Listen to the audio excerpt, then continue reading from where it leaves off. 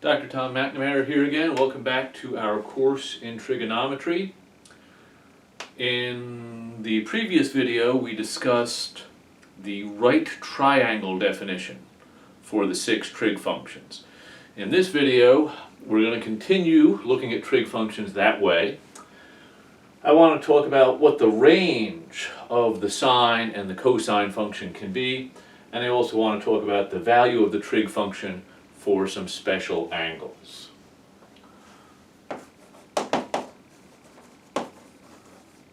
Let me give you a quick example here.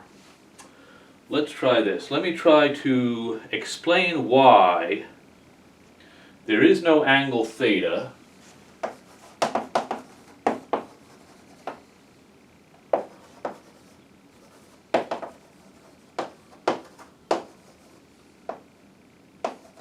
explain why there is no angle theta with cosine theta equals, let's say this number right here, 3/2. Alright, well, let's think about what we know. If I had a triangle here with angle theta in it, and I'm talking about cosine using the right triangle definition, I would take this side length over this side length, opposite over hypotenuse. So, cosine theta equals 3/2. That is equivalent to saying that my hypotenuse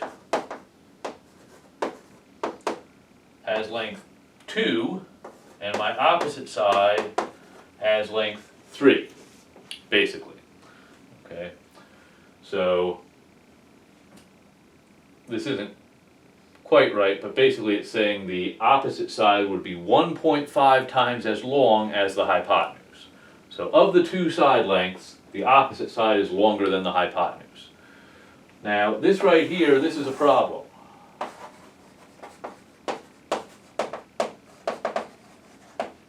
That's what we call a contradiction. Okay? By definition, the hypotenuse of a right triangle is the longest side. So how can we have this situation? If cosine of my angle theta was 3/2, that would mean the opposite side is longer than the hypotenuse. Another way to say what I just said, the opposite side is longer than the longest side. So there's your contradiction right there. Your opposite side can't be longer than the longest side. So cosine can't be equal to really anything bigger than 1. You can't achieve that. The biggest cosine could be is 1, and that happens when theta equals 0.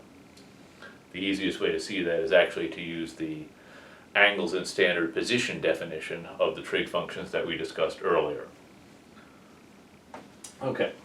So the range of sine and cosine. Sine and cosine have a maximum value of 1 for each. They cannot exceed 1 on the output. I also wanted to talk about trig function values for some special angles. Now what do I mean by special angles? Well, special angles are angles involved in our special triangles. If you go back to some earlier videos, you'll see one that was about special triangles. There's a 45-45-90 triangle that I asked you to memorize, and also the 30-60-90 triangle that I asked you to memorize. Okay, now, with the 45-45-90 triangle, equal angles open up onto equal side lengths. So whatever this is, this side length has to be the same. We can use the Pythagorean Theorem to get that this is radical 2 times whatever the side length is. In a 30-60-90 triangle, the short side has length 1, this has length 2, this has length radical 3. The way I remember it is the radical 3 goes next to the 30. And then you got 1 and then 2. So whatever length this is, The hypotenuse is double the length of the short side, and this is radical 3 times the length of the short side. Okay, so let's do this. I'll make myself a little table.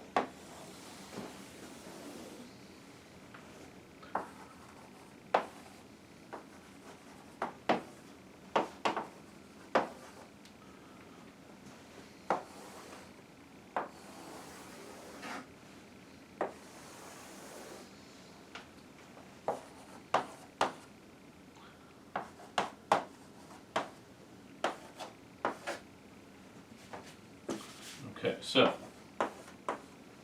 my special angles, 30 degrees, 45 degrees, 60 degrees.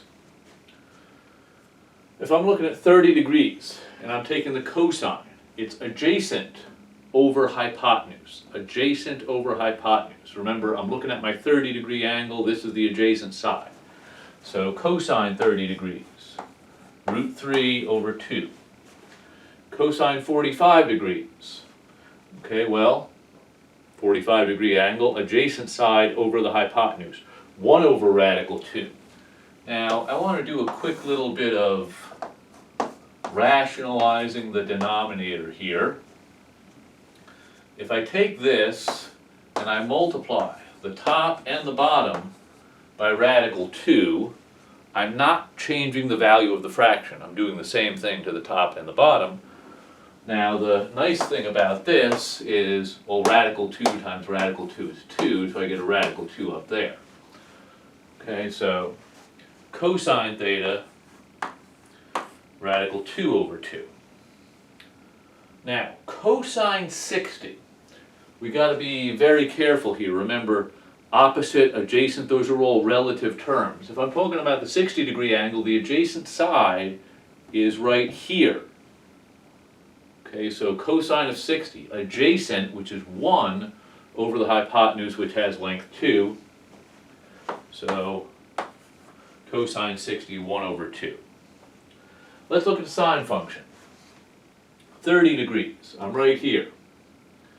Sine is opposite over hypotenuse. So sine of 30 degrees, 1 over 2. 45 degrees, well, we're right here. Opposite over hypotenuse, 1 over radical 2. If we rationalize the denominator, it's radical 2 over 2. And for 60 degrees, we're up here, opposite over hypotenuse, radical 3 over 2. Now, here's the reason I rationalize that denominator. Normally I don't care about that, but notice there's a nice little pattern here with cosine. We got radical 3, radical 2, 1, 1, 2, radical 3.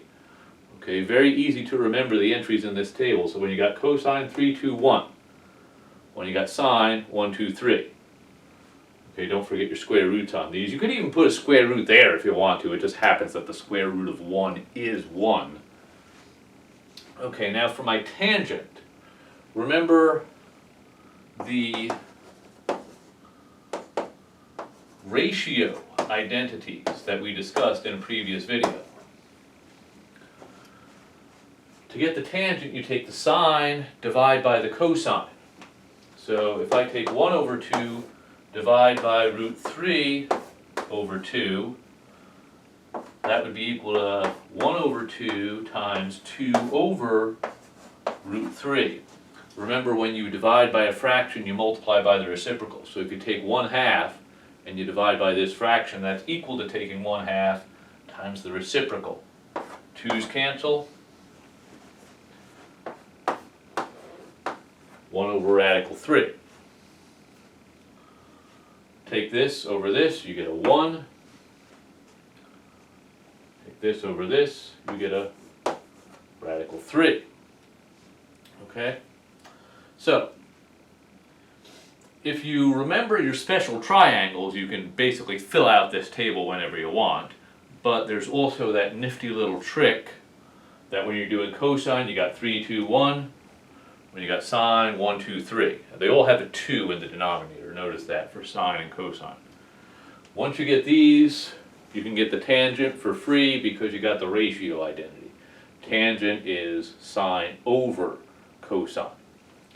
Okay, so I would recommend writing this out, write it out a couple times so that you can commit these special values to memory. They will come up over and over again in our course. Okay, so very useful table here for the values of the trig function for various special angles.